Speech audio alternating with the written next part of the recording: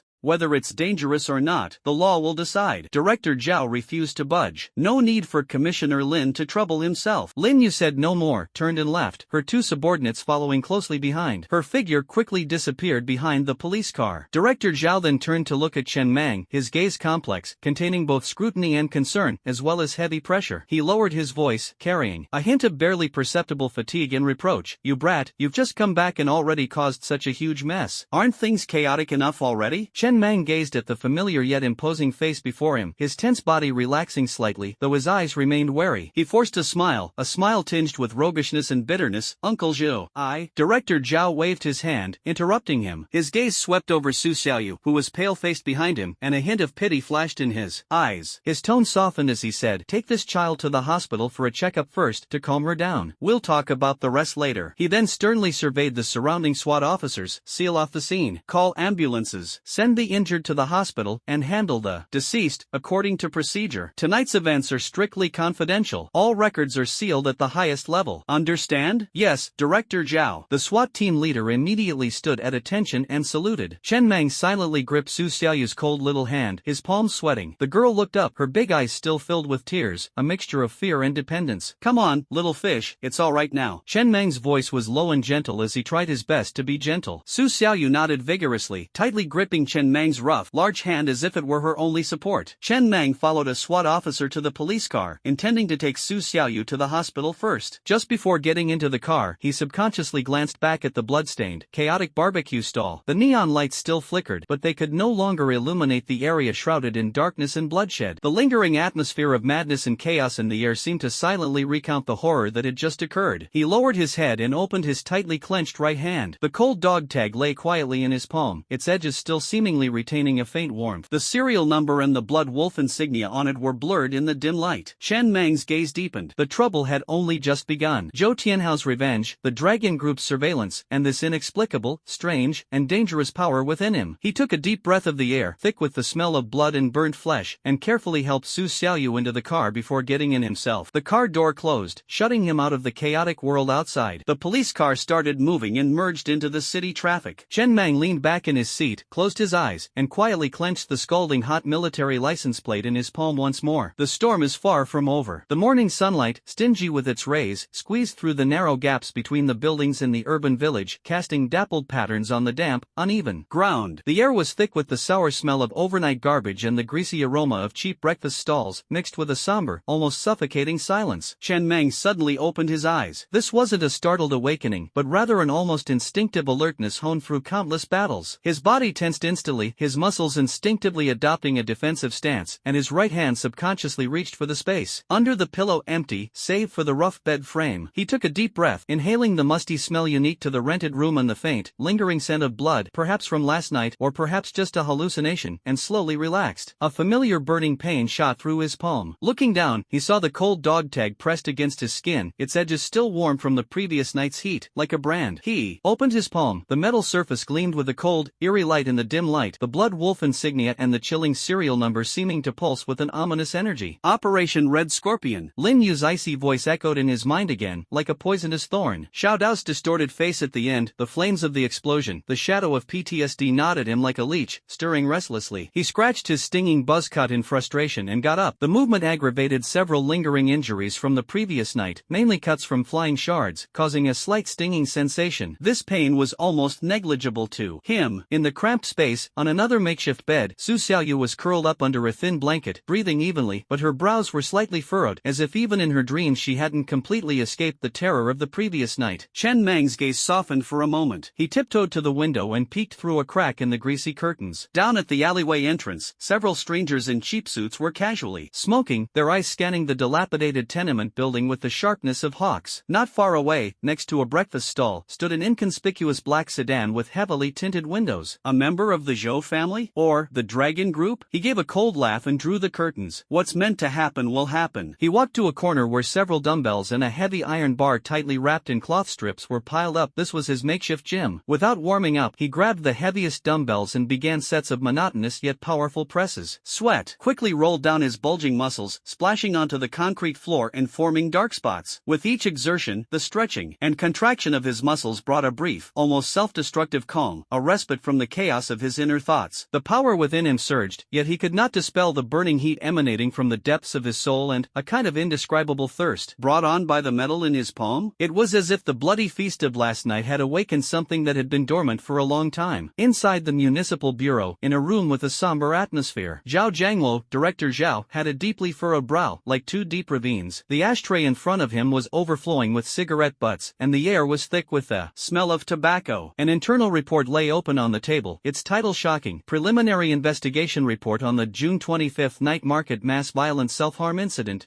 Director Zhao, the on-site investigation results are very strange. Old Wu, the captain of the Criminal Investigation Branch, an experienced veteran policeman, was also slightly pale at this moment. Almost all the fatal or maiming injuries on the injured and the deceased were inflicted by their own people. Knife wounds, club wounds, whether in terms of angle or force, all point to their comrades. That Chen Mang, apart from the 3 thugs he initially took down, the rest of the incident, it's like they were all possessed. Director Zhao silently took a drag of his cigarette, his gaze sharp as a knife through the swirling smoke. What's the situation with the forensic team? The preliminary autopsy and injury assessment also support this conclusion. No hallucinogenic drugs or toxins were found that were beyond the norm. At least, our equipment did not detect them. Old Wu's voice was filled with confusion and a hint of barely perceptible fear. The only abnormality is that the levels of adrenaline and related stress hormones in the blood of some of the injured were ridiculously high, far exceeding the normal limits, as if they had been forcibly pushed to the brink of collapse. Director Zhao's fingers pounded heavily on the report. Where's the surveillance footage? Not a single frame was captured? All the cameras in the key areas were smashed. A few blurry images in the distance only show those people rushing forward, then suddenly attacking each other like madmen. Chen Mang and the girl he was protecting were standing in the middle, motionless. Old Wu paused, lowering his voice. Director Zhao, this is really too bizarre. The Zhou family is in complete chaos. Zhou Tianhao's father, Zhou Jingxiong, has declared he'll kill Chen Mang at all costs, saying his son has been driven mad. And what about the Dragon Group? I'll handle things with the Dragon Group. Director Zhao stubbed out his cigarette sharply, his voice resolute. Tell Zhou Jingxiong that this is a society governed by law. Tell his son to watch himself. If he dares to cause trouble again, I'll personally lead a team to investigate his background. A cold glint flashed in his eyes. As for Chen Mang, you send someone, no, you go yourself, to keep a close watch on him secretly. Don't let the Zhou family cause any trouble. Remember, it's protection, not surveillance. Old Wu paused for a moment, then stood at attention and replied, yes. No sooner had Old Wu left than the red secure phone on the table rang urgently. Director Zhao took a deep breath and answered the phone. A calm yet authoritative voice came from the other end of the line, speaking only a few words. Director Zhao's expression immediately turned even more serious, his knuckles turning slightly white as he gripped the receiver. He remained silent for a few seconds before replying in a deep voice, yes, I understand. I guarantee I will complete the mission. But sir, that child, he was interrupted before he could finish. In the end, Director Zhao could only wearily reply, yes, I will obey orders, and slowly put down the phone. He leaned back in his chair, eyes closed, his face etched with deep weariness and struggle. After a long while, he opened his eyes again, gazing at the gray sky outside the window with a complex expression, muttering to himself, Old Chen, oh Old Chen, your son has really dug a huge hole for us. When Chen Mang returned to the rented room with 2 steaming servings of soy milk and fried dough sticks, Su Xiaoyu was already awake. She sat on the edge of the bed, hugging her knees, her face still somewhat pale, her eyes vacant as she stared out the window. Hearing the door open, she turned her head sharply, and only when she saw Chen Mang did a glimmer of light return to her eyes, but the panic was still clearly visible. Awake? Have something to eat. Chen Mang placed breakfast on the table, his voice deliberately relaxed and casual. Su Xiaoyu walked over silently, picked up the soy milk, and sipped it slowly, but her eyes were fixed on Chen Mang, as if she wanted to speak but hesitated. Want to ask about yesterday? Chen Mang sat opposite her, picked up a fried dough stick, and took a big bite, as if he were chewing on the bone of some enemy. Su Xiaoyu nodded gently, her voice trembling with lingering fear. Brother Chen, why did they do that? They were like madmen. Chen Mang paused in his chewing. How was he supposed to explain? Should he say he might be a monster? That he possessed a sinister power that could make others kill each other? Who knows? He swallowed his food, shrugged casually, and forced a smirk. Maybe he's getting his comeuppance for doing too many bad things. Even God couldn't stand it. He reached out, intending to ruffle Su Xiaoyu's hair as usual, but stopped in midair. His hand was still greasy from the fried dough sticks. Su Xiaoyu leaned closer, grasping his rough fingers with her cold little hands, her big eyes filled with worry and dependence. Brother Chen, I'm scared. The military tag in his palm seemed to warm up slightly again. Chen Meng's heart felt like it was being gripped tightly. He took Su Xiaoyu's cold little hand in his own rough but warm palm, his voice low and firm. Don't be afraid, Xiaoyu. I'm here. Even if the sky falls, I'll hold it up for you. This simple promise seemed to carry some strange power, causing Su Xiaoyu's tense body to relax slightly. Feeling the warmth from Chen Meng's palm, her inexplicable fear seemed to dissipate somewhat. Just then, Chen Meng's phone rang. It was an unfamiliar local number. His eyes narrowed, he released Su Xiaoyu's hand, and pressed the answer button. Hello? Is this Chen Meng? A woman's voice, trembling with tears and extreme anxiety, came from the other end of the phone, amidst background noise. I'm Aunt Lu from downstairs. Come back right now. Your house, your house has been ransacked. The police are here. They say you're hiding drugs. A chilling rage, mixed with the brutality of being tricked, instantly surged up Chen Mang's head. The military tag in his palms suddenly became scorching hot, as if it could burn through his skin. The Zhou family acted swiftly, and their methods were so despicable and underhanded. Aunt Lu, don't panic, I'll be right back. Chen Mang's voice was as cold as ice shards, each word carrying a chilling edge. He stood up abruptly, his eyes surging with murderous intent, like a volcano about to erupt. Brother Chen. Su Xiaoyu stood up in fright, her face turning pale. Chen Mang took a deep breath, forcefully suppressing the almost uncontrollable rage and the burning sensation in his palms. He turned to look at Su Xiaoyu, the violence in his eyes instantly replaced by a suppressed, almost fierce tenderness. Xiaoyu, listen, stay inside, lock the door. No matter who it is, don't open the door. Wait for me to come back. As soon as he finished speaking, he turned around without hesitation and strode out the door, each step making a thud on the old stairs, carrying an air of resolute determination that he would never turn back. Su Xiaoyu chased after him all the way to the door, only to see Chen Mang's figure disappear around the corner of the stairs. The door to the rented room was open, and the slanting morning light streamed in, casting long, swaying shadows on the floor. In the air, there seemed to be a faint lingering smell of his sweat, tobacco, and an indescribable, restless atmosphere, like gunpowder smoke. She leaned against the doorframe, slowly slid down to the floor, hugged her knees, and buried her head in her arms. Her small figure looked exceptionally frail and helpless in the empty room. In the silence, only her suppressed sobs and the faint, chilling sound of police sirens drifted from afar outside the window. The sirens sounded like a cold, venomous snake rapidly approaching this place. In the dilapidated tenement building's stairwell, Chen Mang's hurried and heavy footsteps echoed, thumping like war drums pounding in his heart. He practically rushed up the stairs, the rage he had been forcibly suppressing in his chest, coupled with the increasingly burning pain from the military badge on his palm, making his eyes slightly red. The Zhou family. Those damned Zhou family. Playing dirty tricks? Framing him for drug possession? They're clearly trying to kill him. As soon as he arrived at the entrance to the fourth floor, the scene before him made Chen Mang's pupils shrink suddenly, and a surge of anger rushed to his head. The already old wooden door, its lock forcibly pried open, lay askew. Several uniformed police officers stood blocking the doorway, their faces grim. The interior was a complete mess. Clothes and bedding were scattered haphazardly on the floor, a makeshift wardrobe had been overturned, and even the tattered cardboard box used for storing odds and ends had been torn open, its contents scattered everywhere. Two plainclothes officers, their movements rough and forceful, were ransacking the place, as if they were conducting a house raid. Damn it! Who the hell let you in? Chen Mang's thunderous roar exploded in the narrow stairwell, making eardrums ring. Like a furious lion, he rushed to the door, his burly body carrying a terrifying aura, blocking the way. The plainclothes police officers who were conducting the search were startled by the sudden roar and imposing manner, and paused in their actions. A middle-aged policeman, who appeared to be the leader, turned around, his face grim, and flashed his badge. We're from the narcotics enforcement team. We received a report that drugs are suspected of being hidden here. Please cooperate with the investigation. His tone was harsh, and his gaze swept over Chen Mang with scrutiny and a hint of barely perceptible tension. Clearly, he also knew about the sensational exploits of this barbecue stall god of war from the previous night. Investigate your mother. Chen Mang retorted without hesitation, his eyes sweeping fiercely over the ransacked house, veins bulging on his forehead. Where's the search warrant? Show it to me. No? Then that's trespassing. Who gave you the audacity? Watch your mouth. A young policeman next to him couldn't help but scold, his hand on the police equipment at his waist. Clean? Chen Mang sneered, his voice full of sarcasm. When you ransacked my house like a garbage dump, why didn't you say it was clean? You're quite adept at framing me. How many bones did the Zhou family give you to gnaw on? His gaze was like a sharp blade fixed on the leader. Was it that bastard Zhou Tianhao who sent you?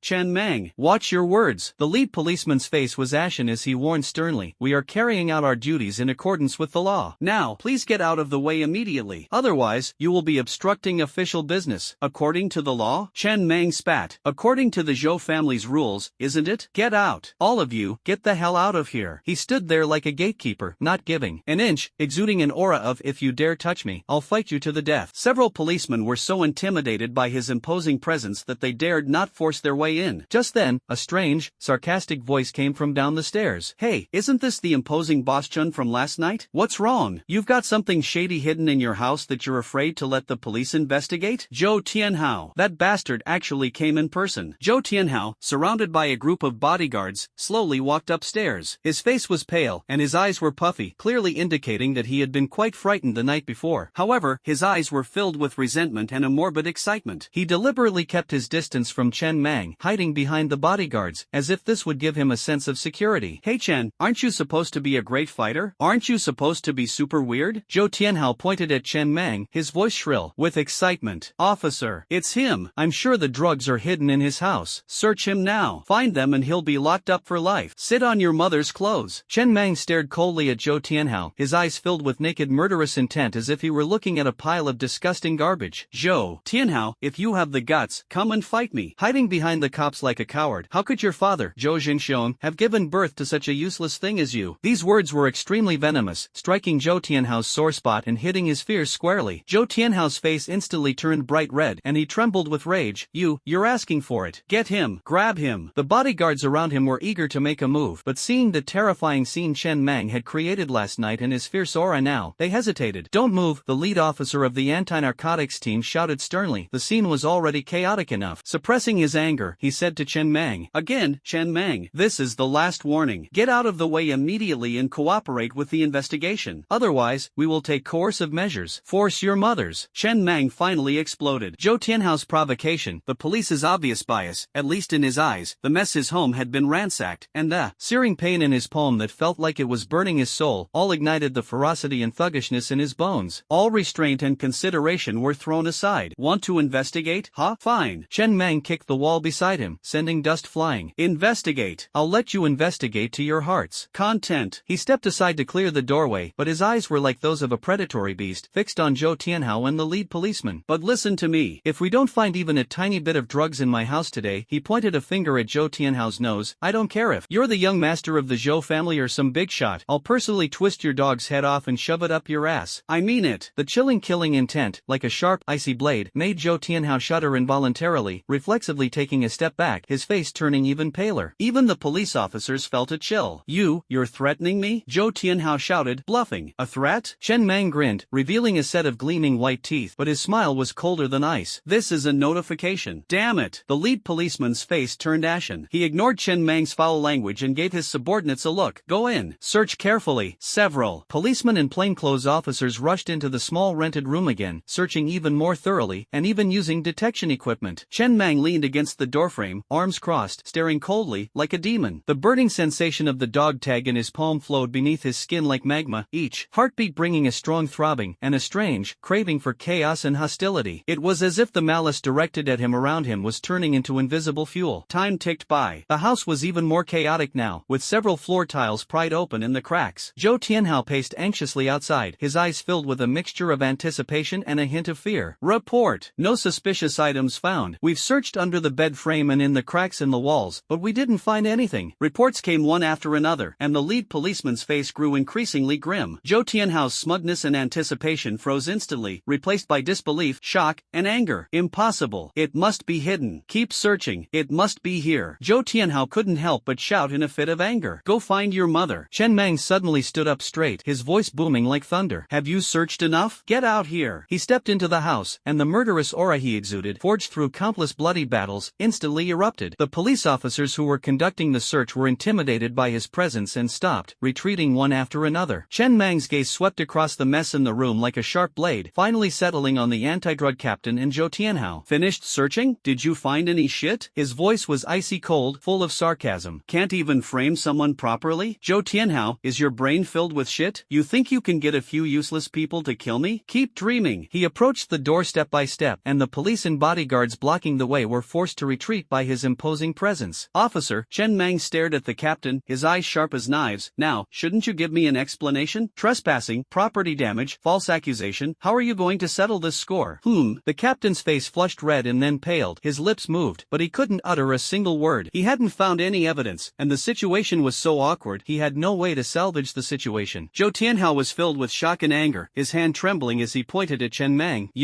What do you mean, you? Chen Mang suddenly turned his head and glared at him, his eyes filled with violence and murderous intent, almost solidified. Zhou Tianhao, listen up, this isn't over. He pointed at Zhou Tianhao's nose, each word like a cold bullet. They wrecked my house today and scared my sister. Tomorrow, I'll expose the Zhou family's secrets. Wash your neck and wait. Damn. After saying this, Chen Mang ignored Zhou Tianhao's disgusted expression and the police officers' ugly faces, and strode into his rented room, which had been ravaged as if by a hurricane. The door slammed shut behind him. Outside the door, a group of people with ashen faces stared at each other, while Zhou Tianhao's eyes were filled with utter fear and madness. Inside, the room was a scene of utter desolation. isolation and deathly silence. Chen Mang leaned against the closed door, breathing heavily. The rage and murderous intent he had just suppressed receded like a tide, replaced by a deep sense of exhaustion. The military tag in his palm was still burning hot. He looked down at his clenched fist, his knuckles white from the force and trembling slightly. Just now, when he uttered the words "overturn the Zhou family's table," and that overwhelming killing intent erupted, he clearly felt the strange power in his palm seem to be stirring restlessly, as if cheering, yearning for something. He abruptly shook his head, suppressing the dangerous thought, walked to the window, and lifted a corner of the curtain. Downstairs, Zhou Tianhao, surrounded by bodyguards, slunk into his car, his exasperation palpable even from afar. The narcotics officers, their faces grim, withdrew. Further away, an inconspicuous black sedan was still parked next to the breakfast stall. Behind the car window, a cold gaze pierced through the distance and obstacles, firmly locking onto his window. Chen Mang lowered the curtains, a cold and weary smile curving his lips. Ah, this table has long been held firmly by countless hands, and he is nothing more than a tough bone that has just been pushed onto the stage, ready to be devoured. Want to take him down? It depends on whether those bastards have strong enough teeth. He walked to the corner, bent down, and picked up a crushed plastic water cup from the rummaged clutter. It belonged to Su Xiaoyu. He vigorously wiped away the dust and footprints on it with his rough fingers. The storm has only just begun, and he has nowhere to retreat. The door to the rented room isolated him from the outside world, but it couldn't contain the violent emotions churning within Chen Mang's chest. The military tag in his palm felt like a branding iron, each pulse bringing a sharp pain, accompanied by a strange and chilling desire, a desire for chaos, hostility, and destruction. He stared at his slightly trembling hand, still bearing the savage killing intent that had erupted when he threatened Zhou Tianhao. Flip the table? Easier said than done. But what are you holding to flip it? Are you going to storm into the Zhou family's den empty-handed? And then what? Will that eerie power spiral out of control again, causing an even greater bloody tragedy? What about Xiaoyu? What about Uncle Zhao? A powerful sense of powerlessness and self-loathing suddenly gripped him. In frustration, he slammed his fist against the wall beside him, the dull thud sending dust flying. The power within him roared like a raging torrent, yet found no outlet, instead becoming even more agitated under the guidance of the burning heat in his palm. Just then, the phone rang urgently again, like a death knell. Chen Mang's eyes narrowed, assuming it was a follow-up tactic by the Zhou family or the police. Without looking further, he grabbed his phone, his voice still tinged with lingering hostility. Who? There was a moment of silence on the other end of the phone, followed by a clear, calm, yet undeniably powerful female voice that instantly pierced through Chen Mang's raging emotional barrier. It's me, Xin Wei. Come to the emergency department of the First Municipal Hospital right now. Chen Mang froze, the image of that calm, almost rigid face flashing through his mind. The last time he was brought to the ER for a street fight, standing up for an old man who had been robbed, she was the ER doctor, expressionless as she stitched him up, coldly reprimanding him for being reckless and wasteful of medical resources. How could she? I'm busy. Chen Mang refused instinctively, his tone curt. He just wanted to find a place to vent, or to lock himself away to resist the beast within him that was about to break free of its cage. Su Xiaoyu is with me. Xin Wei's voice remained calm, yet it pierced Chen Mang's agitation like a needle. She has been severely frightened, has a tachycardia, and is experiencing temporary aphasia. She needs observation and psychological counseling. But if you, her only guardian, intend to continue causing trouble outside, I don't mind notifying child protection agencies to intervene. Xiaoyu? Chen Mang's heart tightened suddenly, all his violence instantly replaced by immense worry. What happened to her? Where is she? I'm coming right now. He practically roared as he turned and rushed out, not even having time to close the door properly. Emergency observation bed number 3. 10 minutes. Xin Wei finished speaking and hung up the phone decisively. The emergency department of the city's first hospital is always filled with the smell of disinfectant, blood, anxiety, and pain. Chen Mang rushed in like the wind, still carrying the lingering smell of gunpowder, psychologically, and the dust of the streets, making him stand out starkly from the cold, orderly environment. His sharp gaze swept across the noisy hall like a searchlight, instantly locking onto a hospital bed in the corner of the observation area. Su Xiaoyu lay curled up on the pristine white hospital bed, her small body tightly wrapped in a thin blanket, revealing only her pale, almost bloodless face. Her eyes were closed, her long eyelashes trembling slightly, and even in her unconscious state, her brows remained furrowed. A slender figure in a white coat stood with her back to the door, bending over to adjust the 4-drip rate. Chen Mang rushed to the bedside, his movements creating a gust of wind. He leaned down, his rough hand reaching to touch Su Xiaoyu's cheek, but then stopped mid-air, afraid of startling her. His voice was hoarse and anxious, even he himself didn't realize it. How is she? Xin Wei straightened up and turned around. Her face remained the same, beautiful yet expressionless, her gaze behind her gold-rimmed glasses as calm as a deep pool. She didn't answer Chen Mang's question directly, but instead looked him up and down, her gaze lingering for a moment on his clenched fists, tense jawline, and the lingering bloodshot in his eyes. days. High adrenaline levels caused a severe stress response. We gave her some sedatives, and she's asleep for now. Xin Wei's voice was cold and businesslike. She's been traumatized and needs time to recover. You, she pointed at Chen Mang, come with me for a moment. After saying that, she turned and walked towards the doctor's on-call room next door, giving Chen Mang no room to refuse. Chen Mang glanced at Su Xiaoyu, who was still restless in her sleep, suppressed his anxiety, and followed Xin Wei into the small duty room. The door closed, shutting out the noise from outside. Sit down. Xin Wei pointed to a chair, leaned against the desk, crossed her arms, and scrutinized Chen Mang. Your current condition requires treatment more than that of a patient. I'm fine. Chen Mang retorted stiffly, his tone curt, but his eyes were somewhat unfocused. In this small, enclosed space, facing Xin Wei's calm gaze that seemed to see through all pretense, the restless power within him seemed to be suppressed somewhat, but the burning sensation from his palms was still clearly perceptible. Anything all right? Xin Wei raised an eyebrow slightly, a hint of barely perceptible sarcasm in her tone. Your heart rate is over 110, your pupils are slightly dilated, your breathing is rapid and shallow, your muscles are tense, and your adrenaline and cortisol levels are off the charts. This is a typical acute stress response, compounded by the precursors to violent impulses. Also, her sharp gaze fell on Chen Mang's unconsciously clenched right hand. You've been clenching your right hand. Ever since you came in, your knuckles are white. Is it in pain? Or are you holding something in your hand, something you can only control yourself by gripping it? Chen Mang's heart skipped a beat. This woman's observation skills were simply terrifying. Almost reflexively, he hid his right hand behind his back, a look of embarrassment and anger flashing across his face as he realized he had been seen through. None of your business, he growled hoarsely, trying to mask his inner turmoil with fierceness. This is indeed none of my business. Xin Wei pushed up her glasses, her tone still calm. But if you go out in your current state and lose control again, hurting someone or yourself, you'll be the one who ends up back on the operating table. And, she paused, her voice turning colder, you might wake up the little girl next door who just managed to fall asleep. She can't handle a second shock. Mentioning Su Xiaoyu seemed to touch a nerve for Chen Mang. His body stiffened visibly, and the ferocity in his eyes receded like a tide, replaced by a deep weariness and helplessness. He slumped back in his chair, lowered his head, and vigorously rubbed his face with his left hand, the one not holding the dog tag, letting out a suppressed, low gasp, like that of a trapped beast. I can't control myself. His voice was hoarse, carrying a vulnerability that even he himself was unfamiliar with. Those bastards, they touched Xiaoyu, and tried to frame me. A strong killing intent and anger surged into his heart again, the burning pain in his palm intensified, and he clenched his fist tightly, his knuckles making a cracking sound. Look at me, Chen Mang. Xin Wei's voice suddenly rang out, not loud, but with a strange penetrating power and an undeniable firmness in its calmness. Chen Mang subconsciously looked up, his gaze meeting Xin Wei's deep eyes. Those eyes were calm and still, devoid of sympathy, pity, or fear, only a pure, rational scrutiny, like a cold scalpel precisely peeling away the surface of his raging emotions. Anger won't solve anything. It will only create more trouble and drag you and the people you care about into a deeper quagmire. Xin Wei's voice was clear and calm. What you need right now is not to throw a punch, but to calm down. Take a deep breath, slowly, and even slower. Her words seemed to possess a certain magic, or perhaps Chen Mang's fear of losing control and his worry for Su Xiaoyu overwhelmed everything else. Involuntarily, he followed Xin Wei's steady tone, taking a deep breath and then slowly and forcefully exhaling. Once, twice, 3 times. Each deep breath felt like a trickle of expelling the scorching, churning anger from his chest. The dog tag in his palm was still burning hot, but the restless, hungry thirst for chaos and destruction seemed to be forcibly suppressed as he deliberately slowed his breathing. Though it hadn't disappeared, it was like a wild horse that had been reined in, temporarily calmed from its rampage. His body gradually relaxed, and the crimson in his eyes slowly faded, leaving only deep exhaustion and a sense of bewilderment after surviving a catastrophe. Xin Wei watched him quietly until his breathing became steady before softening her tone. Hatred is poison, Chen Mang. It will erode your reason and blind you. Your current state is like a bomb that could explode at any moment. It will not only harm your enemies but also destroy yourself and affect the innocent. Su Xiaoyu cannot afford a second blow. Chen Mang silently lowered his head, staring at his outstretched left palm. Though empty, it seemed to hold the embers of power. After a long while, he responded in a low, hoarse voice. I understand. Knowing is useless. Doing is what matters, Xin Wei said bluntly. I'll prescribe some sedatives for you, mainly to calm your nerves, but the key is still yourself. She paused. Xiaoyu needs a stable environment to recover, and so do you. Don't do anything impulsive again. The Zhou family can't be solved by you alone. Chen Mang didn't refute. Xin Wei's words were like a bucket of cold water, extinguishing the raging flames of his revenge and forcing him to soberly face reality. Indeed, if he rushed over now, what good would come of it except for sacrificing himself and leaving Xiaoyu completely without support? He simply couldn't control that evil power. Thank you. He uttered those 2 words in a hoarse voice, the weight of which was heavier than ever before. It's my duty. Xin Wei said calmly, turning around to quickly write on the prescription slip. Keep her under observation overnight, take Xiaoyu home tomorrow, and make sure she takes her medicine on time. Also, she paused, looked up, her gaze sharpening again. If you feel you can't control yourself, come find me immediately, or call an ambulance. Don't try to tough it out. Chen Mang nodded silently. Just then, there was a knock on the door of the duty room, and a nurse peeked in. Dr. Qin, the little girl in bed 3 has woken up and seems a bit scared. Qin Wei immediately put down her pen. I'll go take a look. She quickly walked out of the duty room. Chen Mang immediately stood up and followed him out. Back in the observation area, he saw Su Xiaoyu already awake, sitting on the bed with her knees drawn up to her chest, her large eyes filled with fear and unease, like a frightened fawn. Seeing Chen Mang, her fear subsided slightly, and she called out softly, her voice trembling with tears, Brother Chen, little fish, don't be afraid, I'm here. Chen Mang walked to the bedside in a few steps, his voice extremely low, carrying a tenderness he himself was unaware of. He reached out and carefully took Su Xiaoyu's cold little hand. This time, the burning power in his palm was unusually calm, as if it had been soothed by a clear stream. Qin Wei stood beside Su Xiaoyu, taking her blood pressure with gentle, professional movements. She watched Chen Mang clumsily but intently comforting the frightened girl. His eyes, which had just been filled with violent murderous intent, now only held cautious worry and exhaustion. His gaze behind his gold-rimmed glasses flickered slightly, as if a tiny crack had appeared in that cold barrier. As night deepened outside the window, beneath the city's dazzling lights, undercurrents still surged. The Zhou family's revenge hung like a sword of Damocles, and the dragon group's watchful eye was ever present. But in this emergency observation room filled with the smell of disinfectant, between Qin Wei's calm rationality and Su Xiaoyu's pure dependence, the roaring beast within Chen Mang was temporarily bound by chains. The flames of revenge were not extinguished, but forcibly suppressed, waiting for an even more intense and unbearable eruption. The oppressive atmosphere before a storm is often the most suffocating. Chen Mang held Su Xiaoyu's hand tightly, feeling the military tag in his palm still burning hot like the core of a volcano, his gaze fixed on the deep night outside the window. Beneath the stillness lay magma, suppressed to its limit, about to erupt. The Zhou family, just you wait. The suppressed volcano was temporarily dormant, but the lava was still surging. Chen Mang took Su Xiaoyu back to a relatively safe apartment, in an old residential complex that Director Zhao had temporarily arranged for them. The environment was better than in the urban village, at least the door lock was sturdy. With the help of medication and Qin Wei's instructions, Su Xiaoyu's emotions stabilized slightly, but she was still terrified and became particularly clingy, as if she would disappear the moment Chen Mang left her sight. Chen Mang forced himself to calm down. Qin Wei's words echoed in his mind like a warning bell. Acting recklessly would be tantamount to suicide and would also harm Xiaoyu. The flames of revenge needed fuel, and even more so, leverage. Relying on himself, with Uncle Zhao protecting him under immense pressure, to shake the deeply rooted Zhou family was simply a pipe dream. He had to do something. He couldn't just sit and wait to die, nor could he charge blindly. Power, the strange power within him might be one, but uncontrolled power is a double-edged sword. What he needed more was momentum. That afternoon, Su Xiaoyu took her medicine and fell into a deep sleep. Chen Mang sat in the cramped living room, a cigarette between his fingers, but he didn't light it, just unconsciously flicking it. The sunlight outside the window was perfect, but he felt trapped in an invisible cage. The faint warmth of the dog tag on his palm was like a red-hot iron, constantly reminding him of the lurking danger and possibility. A sense of unease gripped his heart like vines. He abruptly stood up, grabbing the old van keys on the table. The car director Zhao had arranged for essential travel. He needed some fresh air to tear through this suffocating oppression with speed. The engine emitted a dull groan as the dilapidated van drove out of the city and headed towards the winding mountain road outside. This mountain road was known for its sharp bends and steep inclines. It was usually sparsely trafficked and a popular gathering place for thrill-seeking street racers late at night. During the day, however, it was remarkably quiet. Chen Mang rolled the car window all the way down, and the fresh scent of mountain vegetation rushed in with the strong wind, ruffling his short, spiky hair. His eyes were sharp, his grip on the steering wheel was tight, and his foot was firmly planted on the accelerator. The van roared along the treacherous mountain road, each precise turn and each thrilling drift seeming to release long-suppressed wild emotions. The brief feeling of weightlessness brought on by the speed and the roar of the engine temporarily dispelled the gloom in his heart, making him feel as if he had regained control of the steel beast beside him. Just as he was about to rush through a hairpin bend that was almost 180 degrees, a piercing engine screech and the screeching of tires screeching against the ground suddenly came from the blind spot ahead. A fiery red, top-of-the-line supercar, like a runaway wild horse, suddenly burst out from the inside of the bend. Clearly, it was going too fast. As it entered the bend, its rear end swinging wildly, and it looked like it was about to crash into the guardrail on the outside of the cliff. Closely following behind, two heavily modified black SUVs with menacing paint jobs gave chase. One of them even maliciously rammed the rear of the out-of-control supercar with its front end, intending to smash it off the the cliff. Damn it! Chen Meng's pupils suddenly contracted, and he cursed out angrily. This was clearly murder. In the critical moment, Chen Meng did not hesitate to swerve the steering wheel sharply and slam on the accelerator. The dilapidated van let out a roar of exhaustion, and the vehicle suddenly swerved to the side, like a clumsy but fearless giant, forcefully inserting itself into the narrow blind spot between the supercar and the cliff guardrail. The minivan slammed into the rear of the supercar, the massive impact causing both vehicles to groan in pain. The minivan was thrown sideways, its body slicing through the cliff railing in a trail of blinding sparks. The supercar, on the other hand, was forced to change direction by the impact, its front end grazing the minivan's front, narrowly avoiding the cliff edge, and finally crashing into the inner side of the mountain wall. The hood instantly deformed and popped up, billowing white smoke. The two SUVs that were giving chase clearly hadn't expected to be blocked by Chen Meng, who suddenly appeared out of nowhere and braked sharply to a stop. Behind them, several thugs dressed in flashy clothes and carrying baseball bats and machetes jumped out of the cars and surrounded them, cursing and swearing. Chen Meng was dazed and confused from the impact, his forehead slamming hard against the steering wheel, burning with pain. He shook his head, spat out a mouthful of bloody saliva, and his eyes instantly turned ferocious. Damn it, he went out for some fresh air and stumbled upon a murder scene? He almost got caught up in it. He unbuckled his seatbelt and opened the car door. The side of the van was severely dented. It was a gruesome sight. Damn it, where did this blind idiot come from, daring to ruin my good time? A thug leader with dyed yellow hair and a big gold chain waved a baseball bat and pointed at Chen Meng, cursing loudly. Chen Meng ignored him, his gaze shifting to the crashed supercar. The driver's side airbag had deployed, and a young woman in a stylish racing suit, her long hair disheveled, was struggling to climb out of the car. Her face was covered in dust, and her forehead appeared to be scraped, with blood seeping from it, but her eyes were unusually bright, even carrying a mixture of relief and anger. She staggered to her feet, ripped off her helmet, revealing a strikingly beautiful face with a distinctly spoiled air. Completely ignoring the thugs who surrounded her, she stormed up to Chen Meng, pointing her finger at him and launching into a tirade of insults. Hey, you rickety van driver! Are you blind? Can't you drive? You almost killed me! Chen Meng was stunned for a moment, then almost laughed in anger. What kind of logic is this? I clearly saved you, and you're turning around and blaming me? He sized up the arrogant young lady, a smirk playing on his lips. Heh, young lady, are your eyes in your ass? Didn't you see those mad dogs biting you from behind? If it weren't for my beat-up car blocking your way, you'd be fed to the fish off that cliff by now. Understand? You? The girl blushed and stared wide-eyed at Chen Meng's rude and blunt words. Who are you calling a mad dog? Do you know who I am? How dare you talk to me like that? I don't care who you are. Chen Meng interrupted her impatiently, his eyes sweeping over the approaching thugs, his tone full of disdain. Can't even handle such a trivial matter, yet you want to race cars? Don't you want to live? You? The girl trembled with anger. No one had ever dared to speak to her like that before. But Chen Meng's nonchalant roguishness and undisguised contempt in his eyes made her heart skip a beat and a strange feeling welled up inside her. Damn it, you think I don't exist? The blonde thug, completely ignored, was enraged and swung his baseball bat hard at Chen Meng's head. Cripple him. As if he had eyes in the back of his head, Chen Meng didn't even turn around. He suddenly shifted his body to the side, and the baseball bat whistled past his shoulder. He followed up with a spinning kick, the movement as fast as lightning, like a steel whip lashing down on the blonde-haired man's ribs. Crack! A clear sound of bone breaking rang out, accompanied by the yellow-haired man's pig-like screams. He flew out like a tattered sack, crashing into the SUV behind him, rolling to the ground, clutching his ribs and curling up in a ball, howling in pain. The other thugs were stunned. Chen Meng swung his leg as if he had just kicked away a piece of trash. He twisted his neck, making a soft cracking sound, and coldly swept his eyes over the remaining thugs. A cruel and roguish smile curled at the corner of his mouth. Anyone else want to try my beat-up van driver's feat? That smile, combined with the ruthlessness of his instantaneous takedown of the blonde-haired thug, and the trickle of blood slowly flowing from his forehead, created a wild and impactful charm. The remaining thugs, overwhelmed by his aura, trembled with fear, involuntarily taking 2 steps back. Even the spoiled young lady was stunned. She stared at Chen Meng's tall, imposing figure, his nonchalant roguishness, his clean, brutally beautiful movements, and the dangerous yet sexy bloodstain on his forehead. Her heart pounded uncontrollably. This man was completely different from the obsequious, pretentious playboy she usually encountered. Wild, powerful, and damnably attractive. Just then, the urgent sound of police sirens came from afar. Clearly, the impact and commotion had been too great, alerting the surrounding area. The remaining thugs' expressions changed. Ignoring the blonde-haired man on the ground, they hurriedly jumped into the SUV and fled in a panic. Chen Meng glanced at the fleeing SUV, then at the groaning blonde man on the ground, sneered, and curled his lip in disdain. Too lazy to care about what happened next, he turned and walked towards the wrecked van, intending to see if it could still be started. Hey, you, wait a minute. The spoiled young lady snapped out of her daze and hurriedly called out. Chen Meng continued continued walking, waving his hand without turning his head. I don't have time to play house with you, young lady. Use your brain when you race in the future, and bring some bodyguards too. Stop right there. The girl stomped her foot angrily, but seeing Chen Mang's tall back and the bloodstains on his forehead, she swallowed back the words she was about to say, her voice softening involuntarily. You're injured. My car is broken too. You have to take responsibility. Chen Mang finally stopped, turned around, and stared at her with an expression as if she were an idiot. Take responsibility? I saved you, and the car was totaled. I'm already being lenient by not making you pay for it. Take responsibility? What responsibility? Marry you? This crude and blunt question made the girl's face instantly turn red to her ears, a mixture of shame and anger, but the strange flutter in her heart grew even stronger. She bit her lip and glared at Chen Mang. You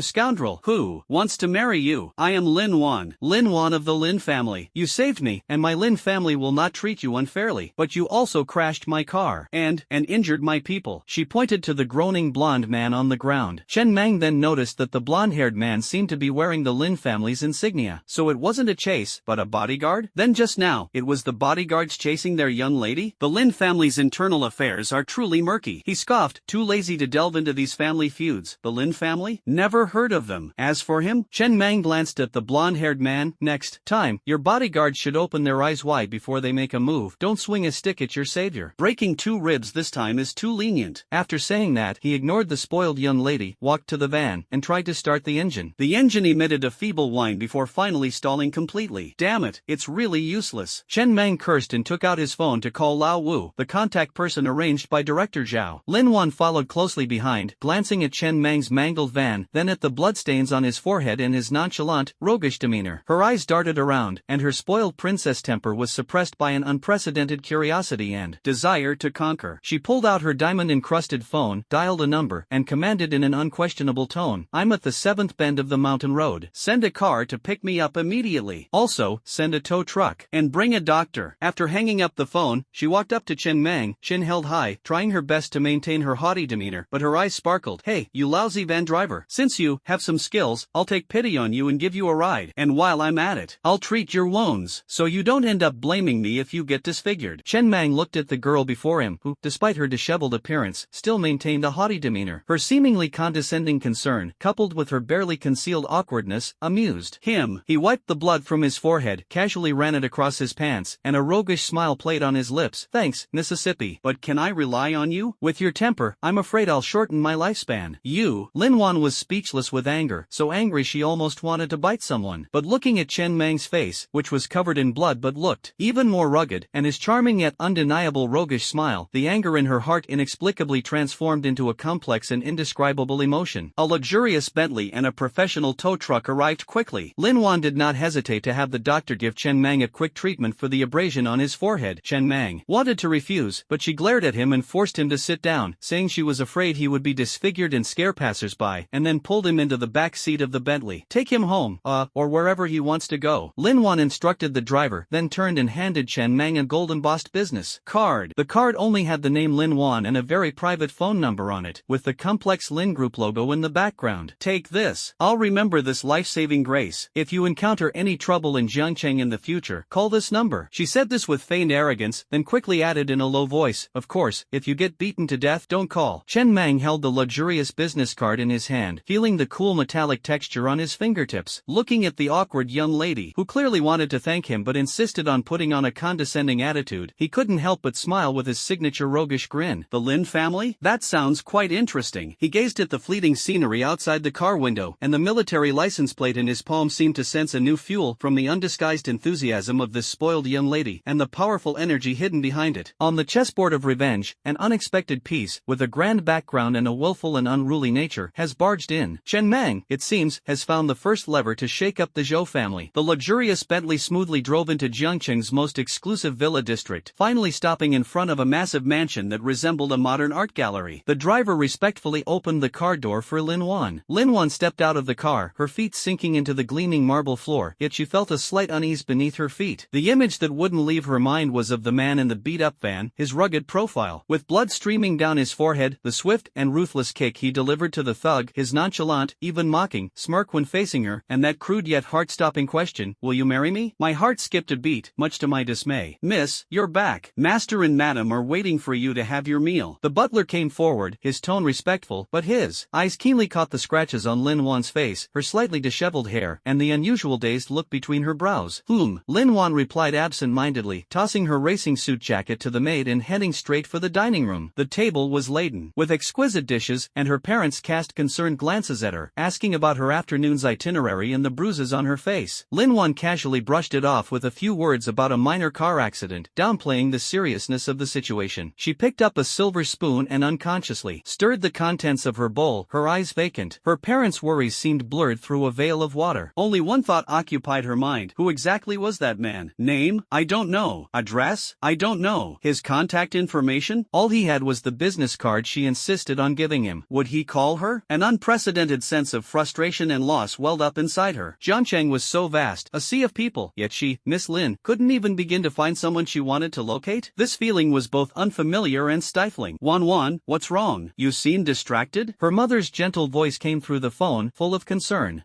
No, it's nothing. Lin Wan snapped back to reality, feigning injury by taking a sip of soup, only to nearly burn herself. She put down the spoon, took a deep breath, and her spoiled, controlling nature quickly took over. No way. There was nothing Lin Wan couldn't get if she wanted it, and there was no one she couldn't find out if she wanted to investigate. Dad, Lin Wan looked up at her father, Lin Zhenghong, a business tycoon in Jiangcheng, who sat in the main seat with a refined demeanor and deep eyes. Help me investigate someone. Oh, Lin Zhenghong put down his wine glass, his eyes showing great interest as he stared at his daughter. He rarely saw her so serious, and there was even a hint of eagerness in her gaze. Who is it that can make our little princess so concerned? A driver of a beat-up van. Lin Wan's lips involuntarily curved upwards as she recalled Chen Mang's pitifully dilapidated car, but she quickly suppressed her smile and straightened her face. He saved me today at the 7th bend of the mountain road. He drives a beat-up van, but his skills are surprisingly impressive. He has a scar on his forehead. She subconsciously touched her smooth forehead. He speaks very aggressively and has a roguish air about him. His name, I think it's Chen Mang? Yes, that's the name. Chen Mang? Lin Zhenghong pondered the name, his eyes flickering slightly, as if it sounded somewhat familiar. He glanced at the butler standing solemnly beside him. Zhong, go check it out. Focus on the surveillance footage near the mountain road, and also check for this name, combined with keywords like veteran, exceptionally skilled, and recent conflict at the night market. As the head of the Lin family, he was naturally well informed about everything happening in Jiangcheng, especially the bizarre self-harm incident at the night market last night. Although it was forcefully suppressed, it couldn't have escaped his notice. If his daughter had encountered that person, things would get interesting. Yes, sir. Butler Zhong bowed and quietly withdrew. The apartment in the old residential complex was dimly lit. After taking her medicine, Su Xiaoyu fell into a deep sleep in the inner room, her breathing becoming much more stable. Chen Mang sat alone on the worn-out sofa in the living room, the lights off, only the flickering neon lights of the distant city casting an indistinct silhouette on his face. The dog tag in his palm emitted a faint but persistent warmth in the darkness. This warmth was no longer as intense as it had been in his anger, but rather like a persistent, lingering affliction, a constant reminder of the monster lurking within him. He opened his palm, gazing at the cold metal in the dim light from the window. Besides the serial number and the blood wolf insignia, the edges were etched with subtle, barely perceptible scratches and dents, marks of countless brushes with death on the battlefield. Unconsciously, her fingers traced the fine lines, the cool touch mingling with the warmth within, creating a strange sense of contradiction. Her thoughts were involuntarily drawn back to that land soaked in gunpowder and blood. Fragmented flashback, the scene is oppressive yet full of detail. Memory fragment 1, Scorpion Valley, rainy night. The cold rain mixed with mud soaked through the camouflage uniforms. The air was thick with the stench of blood and gunpowder. The sharp whistling of bullets, the muffled explosions of shells, and the heavy, suppressed breathing and painful groans of comrades filled the air. Lone wolf, 3 o'clock, heavy machine gun. It's pressing down on me so I can't lift my head, the demolition expert, Lei Pao shouted hoarsely through the headset, interspersed with violent coughing. Roger that. Chen Mang's voice was as cold as ice, rain dripping down his resolute jaw. Like a cheetah lurking in the mud, he used the gaps in the explosions and the cover of the rain to climb the slippery rock face with difficulty, his body pressed tightly against it. Each movement stirred up tumbling rocks and sparks from the scraping stones. His eyes, sharp as an eagle's, were locked onto the machine gun bunker that was constantly spitting fire. 20 meters away. A deadly 20 meters. Suddenly, an extremely piercing whistling sound tore through the rain. RPG. Take cover. The stern warning from the spotter Hawkeye blared through the headset. Chen Mang's pupils contracted sharply, and his body instinctively lunged to the side. But at the critical moment, a figure suddenly pounced from behind and slammed him into a narrow crevice in the rocks with all its might. A deafening explosion rang out behind him. The scorching heat and flying debris pounded into his back like hammers. hammer blows. His ears were ringing, and his mouth and nose were filled with the smell of dirt and gunpowder. He whirled around. It was Little Knife, the always smiling, youngest communications soldier. Half of his body was hit by the shockwave of the explosion, his camouflage uniform was torn to shreds, his flesh was a bloody mess, and he was half buried under the rubble. Foam and blood kept gushing from his mouth, but his eyes were fixed on Chen Mang's direction, filled with anxiety and a strange sense of relief. Mang, brother Mang, go, quickly. Xiao Dao's voice was weak, almost drowned out by the echoes of the explosion and the dense gunfire. His blood-stained hand seemed to want to point in a certain direction, but it fell limply to the ground. Xiao Dao. Chen Mang's eyes almost burst. He tried desperately to rush over, but the passage was blocked by the rubble from the explosion. He could only watch helplessly as Xiao Dao's eyes gradually lost their light, and as he looked at the muddy ground stained with blood, the palm of his hand still seemed to retain the resolute force that had come from the knife pushing him, cold yet burning. Memory Fragment 2, Temporary Camp, Medical Tent. The strong smell of disinfectant mixed with the stench of blood was nauseating. In the dim light, the military doctor shook his head wearily and covered the stretcher with a white sheet. Chen Mang stood outside the tent like a stone statue, covered in mud and stained with dried blood, rain dripping incessantly from his bowed head. His clenched fist held tightly a bloodstained, simple metal tag engraved with the character, knife, Xiao Dao's identification tag, which he never parted with. Lei Pao, leaning on a makeshift crutch, limped over, his face devoid of its former ruggedness, replaced by a deathly ashen look. He handed Chen Mang a crumpled cigarette case, containing only one last, flattened cigarette. Chen Mang didn't take it. He opened his palm, and the blood-stained metal tag lay there quietly, cold and icy. His other hand gripped his equally cold military tag tightly. Brother Mang, Xiao Dao asked me to give this to you last. Lei Pao's voice was hoarse as he pulled a small object, no bigger than a fingernail, wrapped in a waterproof cloth from his inner pocket. The object resembled a piece of deep blue shards of crystal, with tiny points of light slowly flowing within, emanating an indescribable, cold, and restless aura. He said, it was found in that bombed-out enemy nest. It's very eerie. Getting close to it fills my mind with a frenzied desire to kill. Chen Mang's gaze fell on the blue fragment, his pupils contracting sharply. A surge of emotion and a desire, rising from the depths of his soul, instantly seized him. It was as if the fragment resonated strangely with the dog tag in his palm. He instinctively reached out to touch it. Don't touch it. Lei Pao abruptly pulled his hand back, his eyes filled with fear. The knife it's because I was carrying it that I... He didn't finish his sentence, but the meaning was clear. Chen Mang's hand froze in midair. He looked at the overwhelming fear in Lei Pao's eyes, at the cold dog tag in his palm, and then at the ominous blue fragment. A chill ran from his feet straight to his head. Memory Fragment 3, Military Tribunal, Somber Atmosphere. The cold light shone on their faces. Behind the long table were several expressionless faces with gleaming epaulets. The air was oppressively suffocating. Chen Mang, codename Lone Wolf, former captain of the Blood Wolf Commando team, regarding the failure of Operation Red Scorpion, in which the entire team except you was killed. Based on the existing chain of evidence, you cannot explain why you survived alone. An unidentified energy reaction. Fragments of unknown origin were found in your personal equipment. Based on this comprehensive assessment, you are suspected of serious dereliction of duty and treason. It is hereby decided to revoke all your positions and honors, forcibly retire you, seal your personnel file, and classify you as... The following words struck Chen Mang's heart like a cold hammer. He stood ramrod straight, like a javelin, his eyes staring blankly ahead, the dog tag in his palm creaked under his grip, the cold metal edge almost digging into his flesh. The blood-stained knife tag pressed against his chest like a branding iron. Collusion with the enemy? Negligence of duty? The image flashed before my eyes. Xiao Dao's anxious yet relieved look as he pushed him into the cover, the fear in Lei Pao's eyes as he handed him the blue fragment, the vivid yet forever frozen young faces of my comrades. Anger? Feeling wronged? Defending oneself? There's nothing here. No. Only a deathly cold silence and a weariness that seeps into your bones. His lips moved slightly, but he didn't utter a word. He simply used all his strength to sign his name on that cold, hard verdict. The pen tip tore through the paper, leaving a deep mark. Memories come like a cold tide, surging in and then slowly receding, leaving behind only exhaustion and an ever-burning dog tag in my palm. Chen Mang suddenly opened his eyes, sat up, and gasped for breath, his vest soaked with cold sweat. The living room remained dark and quiet, with only Su Xiaoyu's steady breathing coming from the inner room. He opened his palm. The dog license plate seemed to emit a faint, deep blue glow in the darkness. Was it an illusion? He shook his head violently. That fragment of the heart of law. What happened to Lei Pao afterward? When Lei Pao retired, his leg injury hadn't fully healed, and he was placed in a veteran's home. What about that fragment? Was it destroyed? Or, a powerful impulse surged through him instantly. He had to find Lei Pao. He absolutely had to find him. That fragment, that long-buried past filled with doubts and slander, and the source of that strange power within him. All the answers might be hidden with Lei Pao. He picked up his phone and searched for that almost forgotten number. It was the address and landline hotline number of a car repair shop that Lei Pao had left him before he retired. Just as he was about to dial, his phone screen suddenly lit up and an unfamiliar local number called. Chen Meng's eyes narrowed slightly. After hesitating for a moment, he pressed the answer button. A deliberately lowered, somewhat mysterious male voice came from the other end of the phone. Hello? Is this Brother Meng? It's me, Lao Wu. Director Zhao asked me to bring you a message. The Zhou family is making a move. It's very insidious. The target might be Miss Xiaoyu. You must be careful. Chen Meng's pupils contracted sharply. The violent killing intent he had just forcibly suppressed flared up like a fire doused with oil. The dog tag in his palm instantly became scorching hot, and a deep blue light flashed in the darkness. The Zhou family. You're courting death. Target. Little fish. On her way home from school. Old Wu deliberately lowered his voice, but his words, like a thunderclap, exploded in Chen Meng's ears. He almost crushed his phone into pieces. A chilling, bone-chilling killing intent, mixed with a volcanic eruption of rage, instantly tore apart the defenses of reason that Qin Wei had painstakingly built. The Zhou family. That despicable Zhou family. How dare you lay a hand on Xiaoyu, and on her way home from school? Exact location? Stated clearly. Chen Meng's voice was hoarse, like sandpaper scraping, each word carrying overwhelming ferocity. He subconsciously glanced at the wall clock, less than 20 minutes until Su Xiaoyu's usual dismissal time. The informant only said near the school and after school's time. They don't know which road it is. Brother Meng, you must stay calm. Director Zhao has already urgently dispatched plainclothes officers to set up surveillance around the school. Don't be impulsive. Wait for us to finish. Old Wu's anxious words continued. Calm down? Wait for news? To hell with calmness. Those little fish are his life, his Achilles heel. Touch them and you're dead. Tell me immediately if you have any news. Chen Meng roared, slamming down the phone. Like a wild beast utterly enraged, he leaped from the sofa. The movement created a gust of wind, overturning the small stool beside him. The military tag in his palm was no longer just warm. It felt like a red-hot iron, burning his skin almost intensely. A faint, deep blue light, visible to the naked eye, shone through his fingers, appearing eerie and dangerous in the dim room. In his mind, his comrade Xiao Dao's dying screams, the flashes of the explosion, and that yearning for chaos and destruction from the depths of his soul, all intertwined and roared wildly. It's out of control. Fueled by rage, that force is violently breaking through the restraints. He had to get to the school area immediately. Whether it was waiting patiently or searching high and low, he couldn't let the little fish escape his protection. Chen Meng rushed downstairs, where the dilapidated but still drivable spare jeep arranged by Director Zhao was parked in the corner. He opened the door, got in, inserted the key, started the engine, and the engine roared to life. My phone vibrated again in my pocket. A completely unfamiliar local number. Chen Meng's eyes sharpened. Thinking it was harassment from the Zhou family or a follow-up to old Wu's actions, he ignored it and deleted it. Right now, nothing is more important than Xiaoyu's safety. However, the other party was extremely persistent and immediately called back. Damn it! Chen Meng slammed his fist on the steering wheel in a fit of rage, the horn blaring. He abruptly pressed the answer button, his voice filled with undisguised fury and murderous intent. Who is it? Spit it out. I don't have time. The person on the other end of the phone was clearly taken aback by the fierce tone. Then a clear, spoiled female voice rang out, carrying the air of a young lady, yet unexpectedly revealing a hint of smugness and urgency. Hey, you driving that beat-up van? It's me, Lin Wan. Lin Wan? How did she get my number? Chen Meng instantly realized, with the Lin family's influence, finding the phone number of someone with such a distinctive name and characteristics would be effortless. They might even know everything about his deeds last night. But right now, he didn't have time to worry about any of that. Speak, Chen Meng said coldly, his foot already pressed to the floor, and the jeep began to speed away.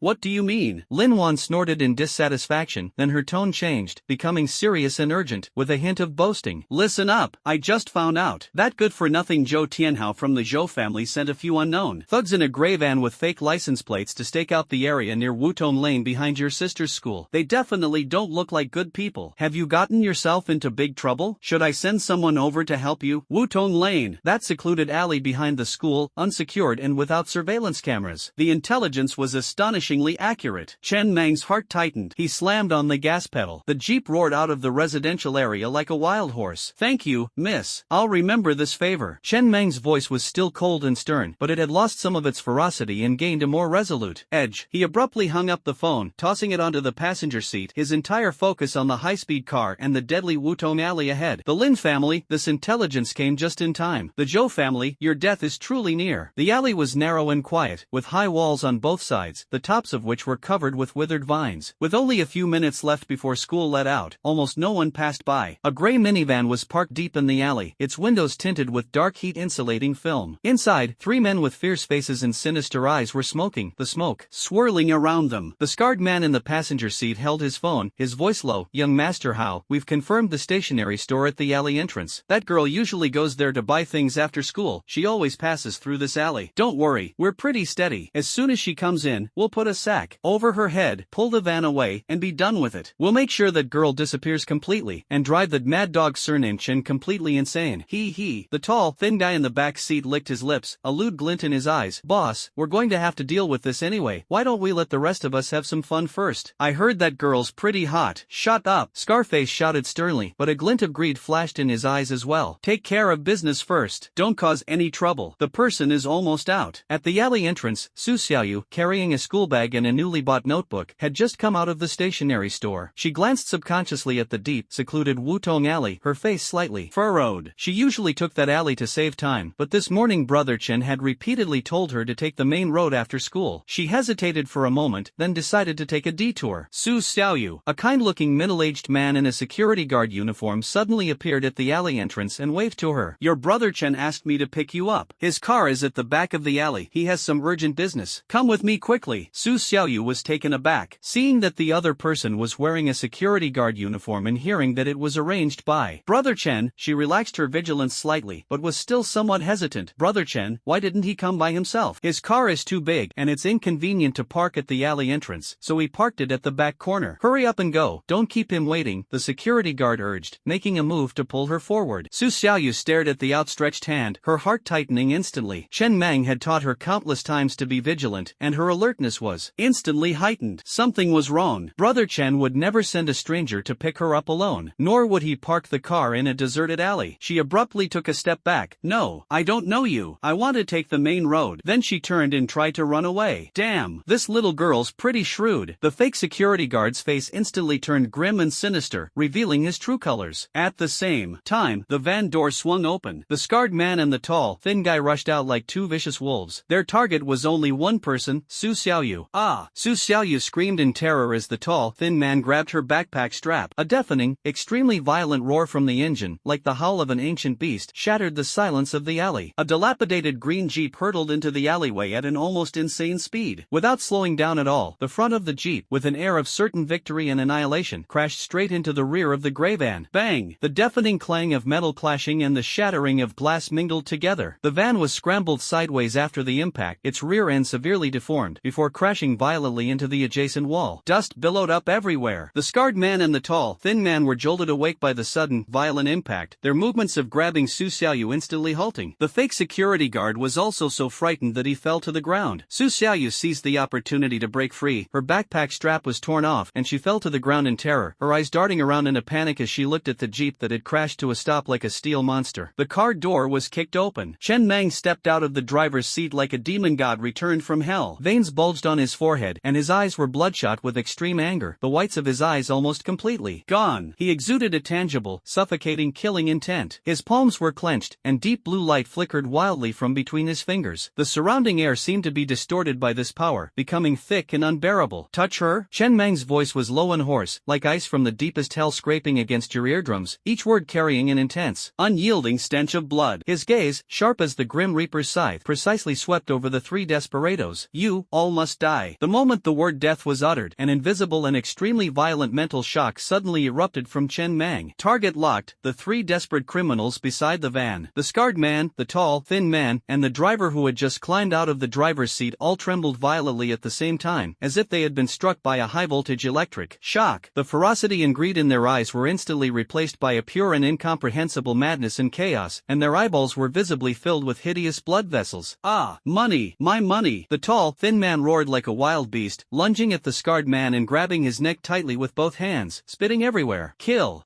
you! Scarface went completely mad, drawing a dagger from his waist and stabbing at the tall, thin man without any strategy. Get out of the way! Get out of the way, all of you! It's mine! The driver lunged at the two wrestling men like a mad dog, opening his mouth to bite. The fake security guard also let out a strange scream and joined the melee. In this narrow alley, under Su Xiaoyu's terrified gaze and Chen Mang's cold and violent stare, the four desperados seemed to be under the deepest curse, completely falling into indiscriminate self-destruction. The sound of daggers piercing flesh, the crisp sound of bones breaking, the beast-like roars and curses instantly turned Wutong Alley into a bloody battlefield. Superpower SSS level taunt domain. Driven by Chen Mang's extreme rage and protective will, it was detonated consciously, precisely, and with all his might for the first time. The target was clear, and the effect was terrifying. Chen Mang stood rooted to the spot, breathing heavily. The military tag in his palm was burning hot, as if he were holding a small sun. Its deep blue light almost pierced through his body. Releasing this power brought not pleasure, but a soul-tearing pain and intense emptiness, as if something had been forcibly ripped away. But he didn't care at all. He didn't even glance at the four madmen tearing each other apart in the pool of blood, and walked step by step toward Su Xiaoyu, who was sitting on the ground, pale-faced and trembling all over. He walked up to the girl and slowly squatted down. The bloodshot eyes and murderous intent receded like the tide, leaving only bottomless exhaustion and lingering fear. He extended his dusty left hand, the one not holding his dog tag, and gently and carefully wiped away the terrified tears from Su Xiaoyu's face. "Little fish." His voice was extremely hoarse, trembling with the shock of surviving a disaster. "Don't be afraid. Brother's here. It's all right." Looking into Chen Mang's eyes, now devoid of madness and filled only with tenderness and worry, and feeling the warmth emanating from his rough fingers, Su Xiaoyu's taut heartstrings finally snapped. With a wah, she threw herself into his arms and burst into tears. Chen Mang held the trembling little body tightly in his arms, as if holding a lost treasure that had been found again. He looked up, his cold gaze sweeping towards the alley entrance, where a discreet black sedan had been parked some time earlier. The car window slowly rolled down halfway, revealing a stunningly beautiful profile with a cold, aloof demeanor and gold-rimmed glasses. She had followed him without his noticing and witnessed the entire process. At this moment, her gaze behind her glasses was fixed on Chen Mang's right hand, which was flashing with an ominous deep blue light, and the crying girl in his arms. Her eyes were filled with unprecedented shock, solemnity, and a hint of cold inquiry. Further away, a luxurious Bentley Mulsanne quietly came to a stop. Inside the car, Linwan covered her mouth, her eyes wide with disbelief as she stared at the hellish scene in the alley, at the man holding the girl, exuding a fatal attraction, her heart pounding wildly. Beside her, a sharp-looking middle-aged man, the butler, Jean, had a serious expression on his face and was rapidly speaking into his phone. "Chen Mang, who exactly is he? That blue light, that maddening power." A deep blue light flickered uncertainly in Chen Mang's palm, like the pupils of a demon. The stench of blood in Wutong Lane mingled with Su Xiaoyu's cries, Qinwei's icy gaze, and Linwan's shocked stare. An invisible giant net has been tightly closed, and at the eye of the storm, the monster forcibly released from Chen Mang's body is emitting a satisfied yet dangerous hiss. The stench of blood from Wutong Lane still seemed to linger. Su Xiaoyu finally fell into a deep sleep under the influence of the medication, but even in her dreams, her frail body would occasionally twitch in terror. Chen Mang sat by the bed, his rough hands tightly holding the girl's cold little hands, his eyes deep as a pool, yet beneath the calm surface surged an unprecedented turmoil. "We can't continue being so passive and reactive." Repeatedly injured and constantly on the run, each time narrowly escaping death, each time instilling immense fear in Xiaoyu. The Zhou family is like a leech, their methods only growing more insidious and ruthless. Uncle Zhao's protection has its limits. Qinwei's rational suppression is not a long-term solution, and that strange power within her is more like a Damocles sword hanging over her head. Protect her? With just brute force and that uncontrollable superpower, you can't protect anyone at all. He must have power. Power that truly belongs to him and that he can control. He needs strength, an information network, and leverage to deter those petty villains and make the Zhou family hesitant to act. Chen Mang gently released Su Xiaoyu's hand, tucked her in, and turned to walk to the window. The night was deep, the city lights blazing, yet they couldn't penetrate the icy chill in his eyes. The dog tag in his palm still held warmth, but its deep blue light was temporarily hidden. At this moment, his power was no longer uncontrolled rage, but a bone-chilling decisiveness. He picked up his phone and dialed that familiar number. "Chen Mang, how is Xiaoyu?" Zhao Jiangluo's voice on the other end of the phone was tired but concerned, clearly indicating that he already knew about what happened in Wutong Lane. "He's asleep, but he was terribly frightened." Chen Mang's voice was unusually calm. "Uncle Zhao, I've made a decision." There was a moment of silence on the other end of the phone. "What decision did you make?" "We can't hide anymore. We can't wait any longer." Chen Mang's words were firm and resolute. "If the Zhou family wants to play, I'll play with them to the end. But this time, I'm going to play by my own rules. I need something." Zhao Jiangluo took a deep breath. He sensed a calm, almost frightening composure in Chen Mang's voice, a stark contrast to his previous rage. This was a more dangerous state. "Speak. First, I need a legal identity, an identity that allows me to walk in the open and even have limited access to certain information. It can't be a wanted criminal, and it can't be an unregistered resident." Chen Mang stated his first requirement. He needed a protective shield that would allow him to move freely in the gray areas. There was a moment of silence on the other end of the phone. "What are you planning to do?" "Start a security company." Chen Mang revealed his pre-planned scheme. "It will be affiliated with a unit you trust, ostensibly undertaking security consulting and training services for official or corporate entities. In reality, it will be a shell for me to recruit people people, gather intelligence, and build my own network. I need this shell to be clean and able to withstand scrutiny. Zhao Jiangmo gasped. This kid has big ambitions. But he had to admit that this was indeed the most feasible and covert method at the moment. It could give Chen Mang overt protection while allowing him to legally and legitimately gather power. This is quite difficult, but it's doable, Zhao Jiangmo said in a deep voice. I'll find a way to get you a front man identity to be affiliated with a tertiary industry enterprise under the municipal bureau. But Chen Mang, you have to remember, absolutely do not cross the line. Don't let your uncle Zhao cause you any big trouble. Understood, Chen Mang replied. Secondly, I need to find Lei Pao. The sooner the better. Lei Pao? Your comrade in arms? Zhao Jiangmo asked, somewhat surprised. Why are you looking for him? Isn't his leg crippled? Is he still in the veterans' home? He's no longer at the veterans' home. I checked. After he retired, he opened a car repair shop called Veteran Body Repair in the old industrial area in the west of the city. Chen Mang's tone was heavy. Uncle Zhao, I need you to help me confirm his exact location and safety. Don't alarm him for now. He has something crucial about my Operation Red Scorpion, which might also be related to my current situation. He spoke cryptically. Zhao Jiangwo's heart tightened. Operation Red Scorpion, that long-sealed, tainted file, and the strange power within Chen Mang. Alright, I'll arrange for people to investigate immediately. I'll let you know as soon as I have any news. After hanging up the phone, the outline of Chen Mang's plan gradually became clear. The security company was the framework, and Lei Pao was the key figure to unraveling the mysteries of the past and perhaps even possessing some kind of key. But there was another huge helper, a behemoth that he had never thought of actively using before, but now had to consider, the Lin family. He picked up the gold-embossed business card, the name Lin Wan clearly printed on it. His fingertips lightly traced the cold metallic texture. That spoiled and willful young lady, who also delivered crucial intelligence at critical moments. Just then, the private number on the business card dialed me. Chen Mang's eyes flickered slightly, and he pressed the answer button. Lin Wan's clear voice immediately came from the other end of the line, carrying a deliberate reserve, yet unable to conceal her excitement. Hey, you rickety van driver. How dare you hang up on me so many times? A rare, faint smile appeared on Chen Mang's lips. Miss Lin, what are your orders? Humph, I wouldn't dare to offer advice. Lin Wan raised her voice slightly, tinged with smugness. I'm in a good mood today, so I'm taking pity on you and giving you a chance to treat me to dinner, to thank me for saving my life. The location is the Cloud Top Revolving Restaurant. 7 p.m., no exceptions. This wasn't an opportunity, it was clearly a domineering clause imposed by the young lady. But Chen Mang's mind had changed. The Lin family's power was extremely important to him, and Lin Wan was the most suitable entry point. Henteing Peak? Can't afford it. Chen Mang said bluntly, his tone indifferent. Roadside barbecue, wanna come? My treat. You. The person on the other end of the phone was clearly speechless. Lin Wan had probably never heard of anyone inviting her to a roadside stall before. But strangely, she wasn't angry at all. Instead, she felt curious. Exciting. This rude man was definitely different from those pretentious guys. Street stalls? Lin Wan's voice was filled with disbelief mixed with a tentative, eager anticipation. Are they clean? If you're afraid of dying, don't come. Chen Mang deliberately provoked her. Who's afraid? Lin Wan took the bait as expected, her temper instantly ignited. Fine, I'll go. 7 o'clock tonight. Send me the address. If you dare to stand me up, I'll have your beat-up car towed up to fill the sea. After saying that, she hung up the phone arrogantly without waiting for Chen Mang's response. Hearing the busy tone on the other end of the phone, Chen Mang shook his head and smiled wryly, but a glint of shrewdness flashed in his eyes. The fish had taken the bait. At night, a lively roadside barbecue stall on the edge of an urban village. Greasy plastic tables and chairs, noisy voices, and the strong aroma of cumin and chili mingled together. Lin Wan's luxurious Bentley stood out starkly from its surroundings, attracting countless curious and awe-inspiring glances. The young lady was clearly dressed up meticulously, wearing a well-tailored, high-fashion dress, delicate high heels, and perfect makeup. She wrinkled her delicate nose, carefully wiping the plastic stool in front of her with a tissue, staring at the greasy tabletop with disgust, as if inspecting some dangerous area. Chen Mang, dressed in a simple t-shirt and cargo pants, sat opposite him with an air of nonchalance, skillfully flipping the meat skewers, oil splattering everywhere, but he didn't seem to care. Hey, this is all you're going to offer me? Lin Wan frowned even more as she looked at the skewers of meat Chen Mang handed her, golden fat dripping down. Eat it or not, take it or leave it. Chen Mang picked up a skewer himself, took a big bite, his mouth dripping with oil, his movements rough and unrestrained. It's much better than your fancy birdseed. Vulgar. Lin Wan spat, but seeing Chen Mang eating so heartily, her stomach growled uncontrollably. After hesitating for a long time, she finally couldn't resist the temptation and carefully imitated Chen Mang, taking a small bite. Instantly, the rich aroma of meat, the perfect spiciness, and the fragrance of cumin exploded in her mouth. That straightforward, smoky flavor assaulted her taste buds, something she had never experienced before. Lin Wan's eyes brightened slightly, and she subconsciously took another bite, completely disregarding her so-called ladylike image. Chen Mang couldn't help but laugh at her feigned modesty while clearly enjoying the food. He opened 2 bottles of chilled beer and pushed one towards her. Lin Wan stared at the bubbly, cheap beer, then at Chen Mang's greasy yet angular face, and her heart inexplicably raced. In a fit of pique, she picked up the bottle and, mimicking Chen Mang, tilted her head back and gulped down a large mouthful. Cough, cough, cough. The cold beer and pungent foam made her eyes water and her face turn bright red. Ha ha! Chen Mang laughed out loud, a rare occurrence for him. His laughter was devoid of his usual fierceness and roguishness, and instead carried the hearty joy of a man seeing something interesting. Lin Wan was both embarrassed and annoyed by his laughter. She glared at him fiercely, but was surprised to find that he actually looked quite handsome when he smiled. His strong features softened, and his eyes sparkled. What are you laughing at? Lin Wan, enraged, grabbed a skewer of grilled chives and shoved it into Chen Mang's mouth. I'll gag you. Chen Mang neither dodged nor flinched, letting his mouth be stuffed full of chives, still smiling as he looked at her with a hint of mockery in his eyes. Amidst the festive atmosphere, the mood subtly shifted. Lin Wan stopped complaining about her surroundings, taking small bites of barbecue while chattering away, asking all sorts of questions. The conversation jumped from Chen Mang's driving skills, how can your beat-up car go so fast, to his fighting prowess, have you trained in that, to his past identity, you were in the army, really? Chen Mang mostly listened quietly, occasionally offering a brief response, neither trying to ingratiate himself nor remaining aloof. His rough movements, the occasional swear word, and his disdain for Lin Wan's spoiled temperament made him seem incredibly real to her, even irresistibly attractive. She had never encountered a man like him before, powerful, mysterious, and dangerous, yet radiating a raw, struggling vitality, like an unpolished but exceptionally sharp knife. Hey, Lin Wan said, having taken a few sips of beer, her courage growing. Her cheeks flushed, she leaned closer, lowered her voice, and her eyes flickered with curiosity and a hint of worry. That day, Wutong Lane, those people, how did they start fighting amongst themselves? And that blue light in your hand. Finally, the question got to the heart of the matter. Chen Mang paused in his chewing, his eyes instantly sharpening as he stared intently at Lin Wan. Lin Wan felt a tightness in her heart when he stared at her, and subconsciously shrank her neck, but her eyes still stubbornly looked back. Chen Mang was silent for a few seconds, then picked up the beer bottle and took a big gulp, the icy liquid calming the turmoil in his heart. He put down the bottle and said, seriously in a low voice, Lin Wan, some things are not necessarily a good thing to know. They can cause big trouble, 100 times more complicated than the Zhou family matter. He didn't deny it. Lin Wan's heart immediately raced. That strange power really did exist. I'm not afraid of trouble. Lin Wan straightened her chest, trying to appear imposing. The Zhou family is nothing to my Lin family. You saved me, and I, Lin Wan, am not an ungrateful person.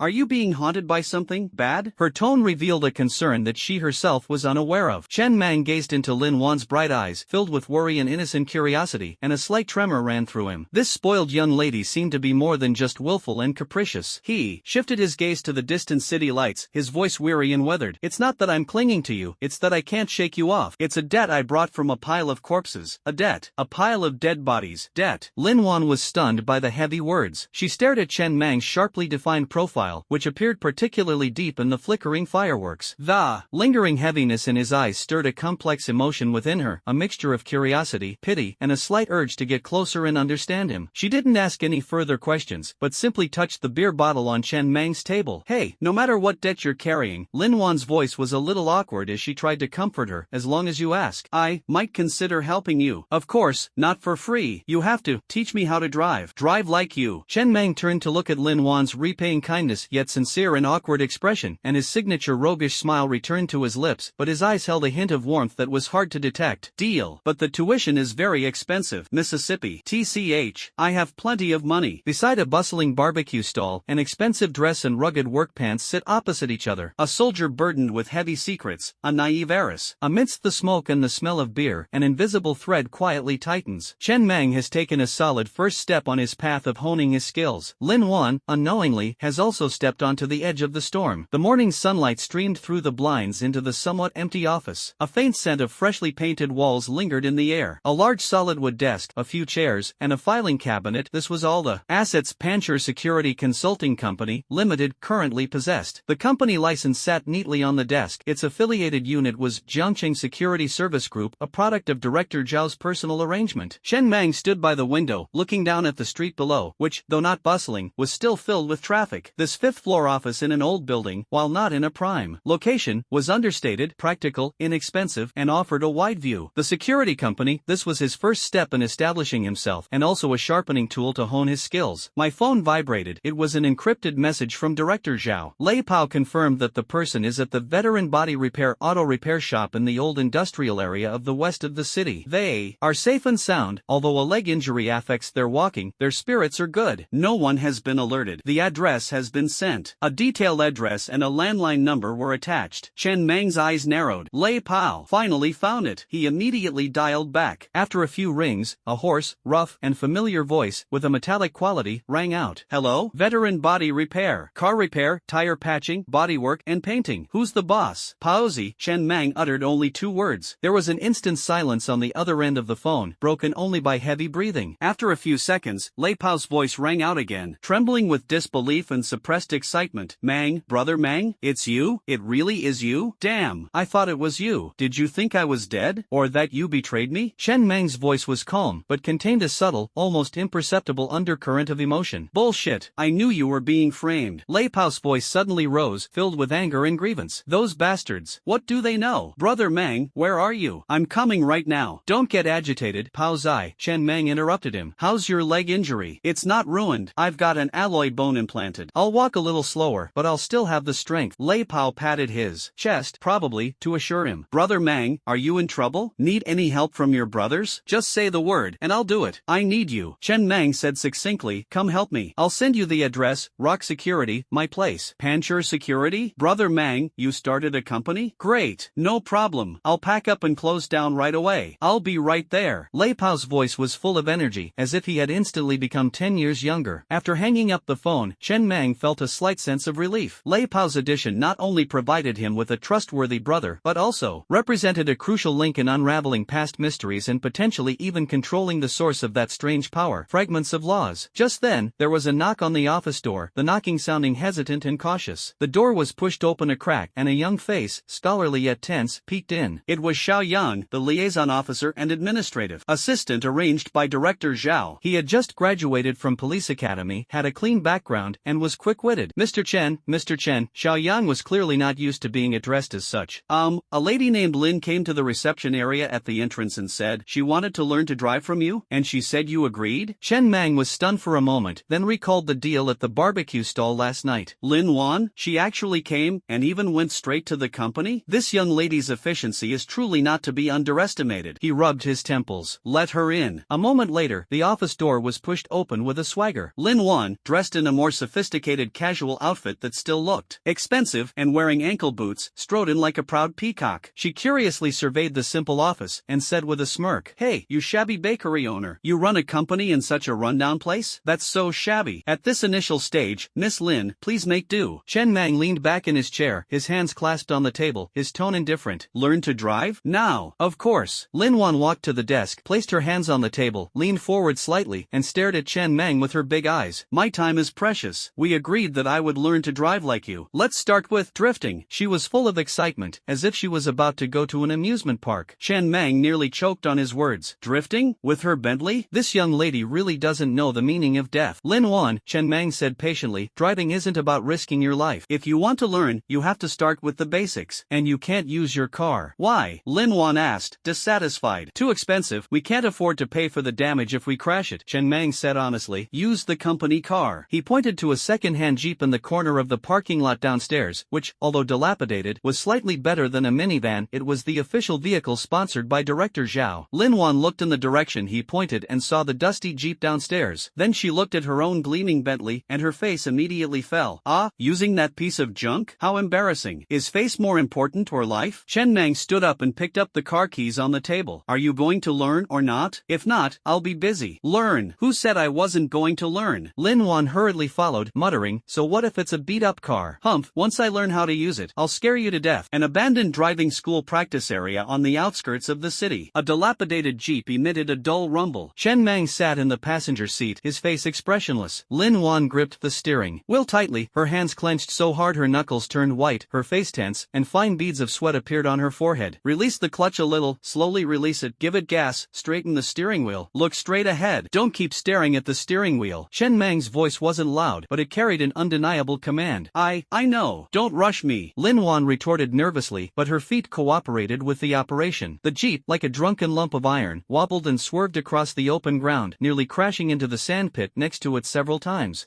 Losing control during a sharp turn, the car swerved to one side. Lin Wan screamed in fright. Chen Mang reacted quickly, grabbing the steering wheel and simultaneously pressing his right foot on the brake in the passenger seat. The Jeep came to a dramatic stop, only half a meter away from the wall of tires in front of it. Lin Wan was so frightened that her heart raced, her chest heaved violently, and her face turned deathly pale. Is that all the guts you have? Chen Mang released the steering wheel, his tone slightly mocking. You want to learn drifting? You scared me on purpose. Lin Wan was both ashamed and angry, and punched his arm hard. The firm, taut touch made her heart skip a beat. Driving is not child's play, Chen Mang said seriously, staring sharply at her. Especially the kind of driving you want to learn, which requires absolute control over the car, accurate judgment of road conditions, and the preparation to bear the consequences. It's not as simple as stepping on the gas and turning the steering wheel. Lin Wan stared at Chen Mang's focused profile, the concentration and sharpness he displayed only when racing making her heart race involuntarily. This man, when he's serious, is fucking handsome. She defiantly raised her chin.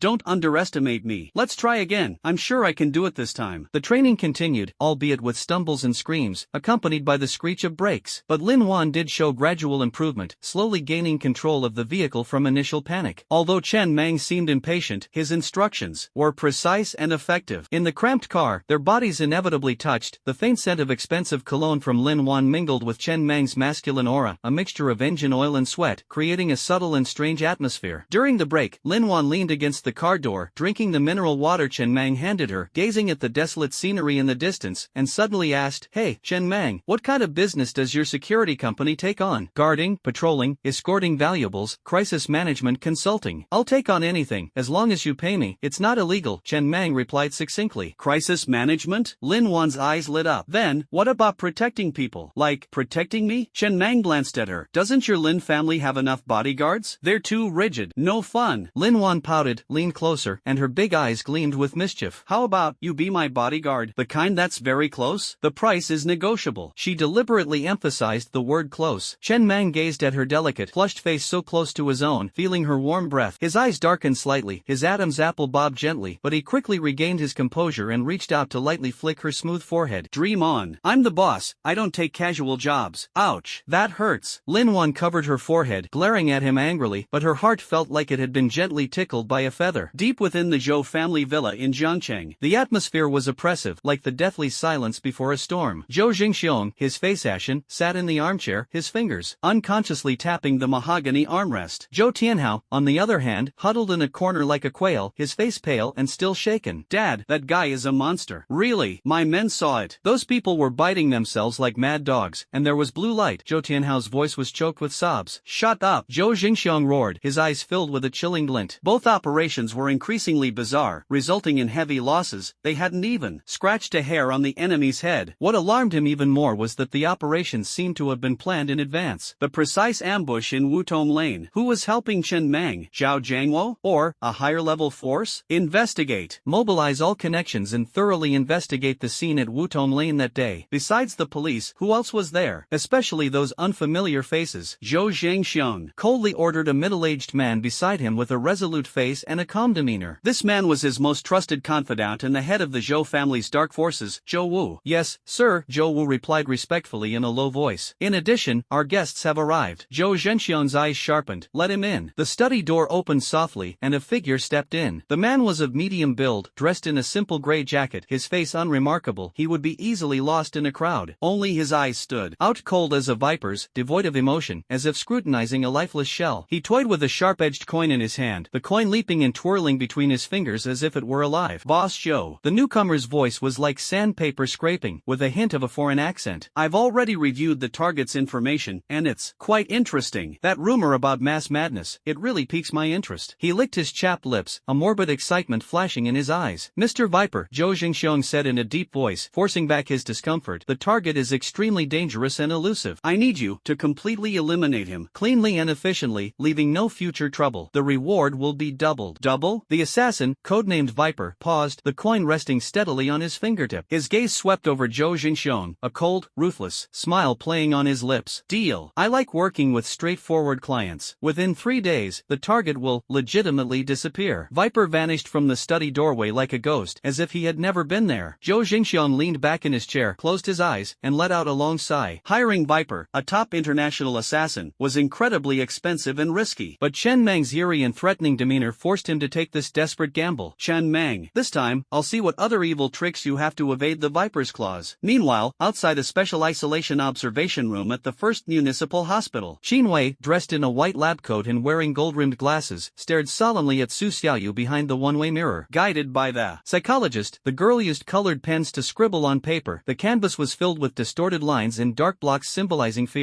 Qin Wei held a newly released urgent EEG and mental field monitoring report in her hand. The data showed that after the Wutong Lane incident, Su Xiaoyu's mental field exhibited a strange mark remarkably similar to the chaotic fluctuations previously detected on Chen Mang. Though faint, it was undeniably present. What shocked Qin Wei even more was that the results of the trace bioenergy analysis she obtained through special channels at the Wutong Lane site had also come out. It was a kind of unprecedented, highly active, and extremely aggressive residual mental energy. Its nature was strikingly similar to the data from a top-secret abnormal lifeform project that she had encountered in a top foreign laboratory many years ago. She looked up, her gaze sharp as a knife behind her glasses, looking out the window in the direction of Chen Mang's company. Heart of laws, souls of the battlefield, mass madness. Qin Wei murmured softly, her fingers unconsciously clenching tightly. Chen Mang, what exactly are you hiding? She picked up her phone, hesitated for a moment, and finally dialed an encrypted number. The call connected, and a cold female voice came through. Lin Yu, speak. Commissioner Lin. Qin Wei's voice returned to its normal calm. Regarding the target Chen Mang and his associate Su Xiaoyu, I have made a new and crucial discovery that I need to report in person. This involves an anomaly that may be beyond our comprehension. A storm is gathering in secret, in a more stealthy and dangerous way. The rock has just been erected, but the shadows have already fallen. With a whoosh, the roller shutter door of veteran sheet metal was pulled open, letting in the afternoon sunlight and illuminating the workshop filled with the smells of machine oil, metal, and sweat. A figure, leaning on a metal crutch and carrying a bulging canvas tool bag, limped in with determined steps. It was Lei Pao. He looked much older than Chen Mang remembered, his face etched with the marks of time, and one leg was supported by a simple metal brace, but his eyes, like tempered steel, still shone with the familiar ruggedness and resilience. As soon as he entered, his gaze locked onto Chen Mang, who was standing at the office door. Brother Mang. Lei Pao's voice was loud and excited. He threw down his crutch, opened his arms, and gave Chen Mang a solid bear hug. The force was so great that Chen Mang's body swayed slightly. Damn, I knew you wouldn't fall so easily. Chen Mang patted Lei Pao's broad back forcefully, feeling the weight of brotherly affection, and a warm current surged in his heart. Pao's eye, is your leg alright? I won't die. Lei Pao loosened his grip, patted the metal frame heartily, making a dull thud. I just can't catch you, you beast, but I'm still strong enough to take down a few. He looked around the shabby office and the empty office area outside, grinning. Not bad, Brother Mang. You really made a sale. Panshur Security, you've got guts. From now on, I'll follow you. Chen Mang nodded, and without further ado, cut straight to the point. Where are the things? Lei Pao's smile vanished instantly, replaced by a serious expression. He carefully set down the heavy tool bag, unzipped it, and pulled out a small box wrapped in several layers of shock-absorbing foam and lead sheet from the bottom. Inside the box lay a small, irregularly shaped, dark blue crystal fragment, about the size of a fingernail, the very same Heart of Law fragment that Xiao Dao had brought back from the enemy's lair years ago. The moment the fragment appeared, the dog tag in Chen Mang's palm trembled violently, and a strong, resonant, scorching sensation instantly spread throughout his body. It was clearer and more intense than ever before, as if a sleeping beast had sensed a shared aura. The fragment itself also glowed slightly, and the flow of tiny points of light within it suddenly accelerated, emanating a cold and restless ominous aura. The air in the office seemed to freeze. Hiss! Lei Pao gasped, reflexively taking a half step back, his eyes still filled with lingering fear. Damn it, it's still so creepy. Holding it makes my head throb. I want to smash something. Chen Mang suppressed the burning sensation in his palms and the chaotic thoughts churning in his mind, staring intently at the fragment. Could this be the source? Or rather, the key? He could clearly feel the strange power within him becoming unusually active under the influence of the fragment, as if it had been injected with some kind of fuel. Hey, you lousy bread driver. My drifting skills have improved by leaps and bounds. Ha! Lin Wan's voice, accompanied by the crisp sound of high heels, grew louder as she approached. Today, she was dressed in a dashing motorcycle outfit, exuding confidence, and carrying an elegant food box. Clearly, she was there to pay her respects and crash a class. Just as she reached the office door, before she could even finish speaking, her gaze was immediately drawn to the shimmering, eerie blue fragment in Lei Pao's hand. Wow! What kind of gemstone is this? It's so beautiful, and it even glows. Lin Wan's eyes lit up instantly. The young lady's curiosity was completely ignited, and she made a move to get closer to take a look. Don't touch it! Chen Mang and Lei Pao shouted almost simultaneously, their voices so loud that Lin Wan was startled. startled. Chen Mang stepped in front of Lin Wan, his sharp eyes fixed on her. This thing is dangerous. Stay away. Lin Wan was taken aback by his serious expression and tone, and pouted. Why are you being so fierce? Fine, I won't look. You're so stingy. But her gaze still couldn't help but drift towards the dark blue light. Her intuition told her that this thing was definitely related to the secrets of Chen Mang. Lei Pao quickly closed the box and wrapped it up. Only then did the unsettling aura subside slightly. He looked at Lin Wan, then at Chen Mang, his eyes filled with a strange expression. Brother Mang, who is this? Lin Wan, the creditor, Chen Mang replied succinctly, not having time to explain. Creditor? Lei Pao was taken aback. He looked at Lin Wan's expensive clothes and delicate face, then at Chen Mang, and revealed a sly smile that only men would understand. Oh, I understand.